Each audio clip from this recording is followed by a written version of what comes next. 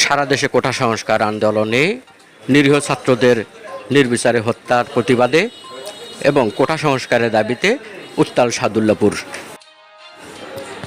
17 জুলাই আন্দোলনকারীদের একটি বিশাল মিছিল শহরের প্রধান সড়ক প্রদক্ষিণ করে সাদুল্লাপুর উপজেলার চারমাথা মোড়ে একটি বিশাল সমাবেশে মিলিত হয়। এ সময় বক্তারা সারা দেশে নির্বিচারে নিরীহ ছাত্রদের হত্যার প্রতিবাদ জানান এবং সেই সাথে কোটা সংস্কারের জোর দাবি জানান।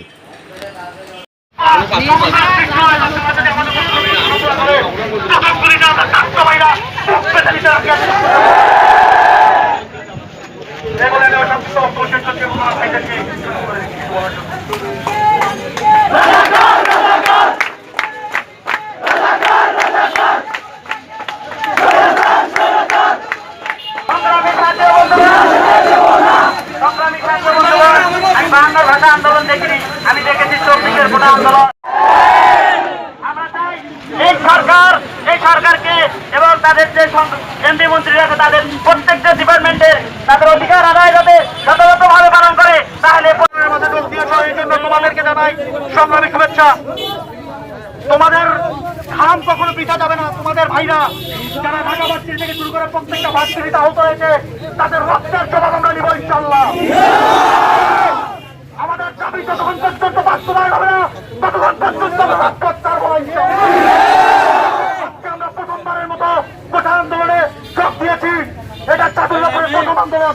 এরপর থেকে যখন যেভাবে আসবে শুধু আমরা না, আমাদের আশেপাশে ভাই হাই স্কুল থেকে আগত এবং নরলাইনা থেকে রাধারাজ করছিলাম যত কলেজ আছে সব আমরা চাদুল্লাপুরে অবস্থান করবো। আমাদের রংপুরের আবশ্যিক ভাইয়ের রক্ত আমরা বিধা দিতে দেবো না। আমাদের চট্টগ্রামে যে ৭৭ জনকে তার থেকে ফেলে দেওয়া হয়েছে আমরা ওইটা বিধা দিতে দেবো না। পুলিশদের কাছে বিনীতভাবে অনুরোধ করবো, আমরাও আপনার সন্তান, আমরাও আপনার ভাই, আপনারা হয়তো আমাদের উপর অত্যাচার চালাবেন না। আপনারা যদি ছাত্রদের উপর অত্যাচার চালান, আপনারা হয়তো ভুলে গেছেন ছাত্ররা যদি একবার কলম ছেড়ে অস্ত্র নেয় তাহলে কিন্তু দেশটা দেশ থাকবে না। আপনাদের কাছে বিনীত অনুরোধ জানাচ্ছি, আপনারা কখনো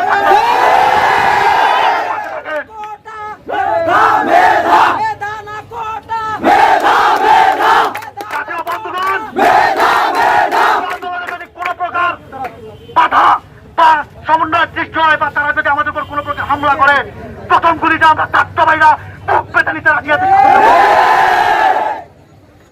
এই বলে আমি সংক্ষিপ্ত বক্তব্য শেষ করছি এবং আমার ভাইদেরকে সুযোগ করে দিচ্ছি কিছু বলার জন্য।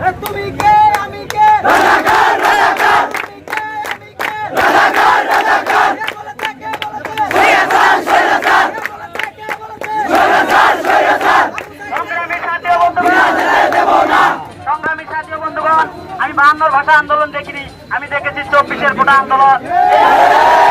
এই আন্দোলনে আমার হাজারো বিশ্ববিদ্যালয়ের ভাই মেধাবী ছাত্র তাদেরকে এই দেশের যারা ভবিষ্যৎ প্রজন্ম তাদেরকে এইভাবে বিনষ্ট করা হচ্ছে।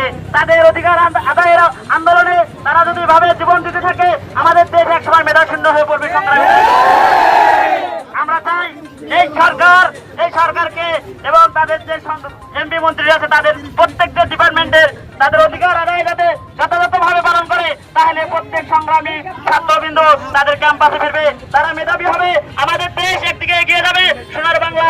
এদিকে আমাদের প্রশাসন তাদেরকে আমরা বিনীত অনুরোধ জানাচ্ছি, তারা আমাদের সুশৃঙ্খল আন্দোলন তারা সুন্দরভাবে পরিচালনা করার জন্য আমাদেরকে সাহায্য সহযোগিতা করবে।